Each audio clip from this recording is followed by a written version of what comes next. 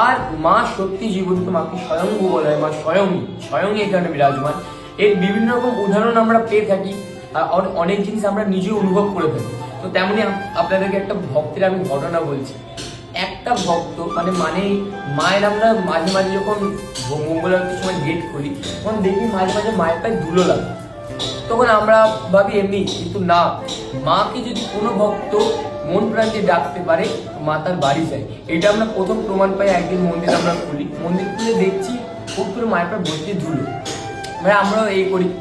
তারপর হুট করে একটা ভক্ত প্রচুর কাঁদতে কাঁদতে আসে, বলছে মা আমার বাড়ি গেছিল, মা আমার বাড়ি গেছিল। তখন আমরা ওইটা পুরো জানি। তখন ও বলছে বিস্তারিতভাবে, ওর ছেলের প্রচুর শরীর খারাপ ছিল। ও বাড়িতে মাকে মোবাইলে দেখেছে, মায়ের ফটো দেখেছে, মায়ের ফটোতে অনেকক্ষণ ডাকছে রাত্রিবেলা। এবার ওর ছেলে ঘুমিয়ে আছে, হুট করে উনি দুপুরের আওয়াজ শুনতে পায় ওনার ঘরে।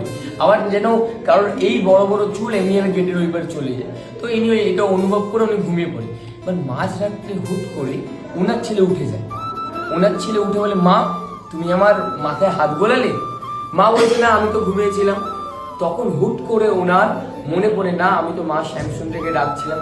তখন উনি বুঝবেন যে ওনার বাড়িতে মা গেছেন, মা এখানে স্বয়ং আছেন। মাকে বলে গেলেই মা বুঝতে পারবেন। জয় মা শ্যামসুন্দরী।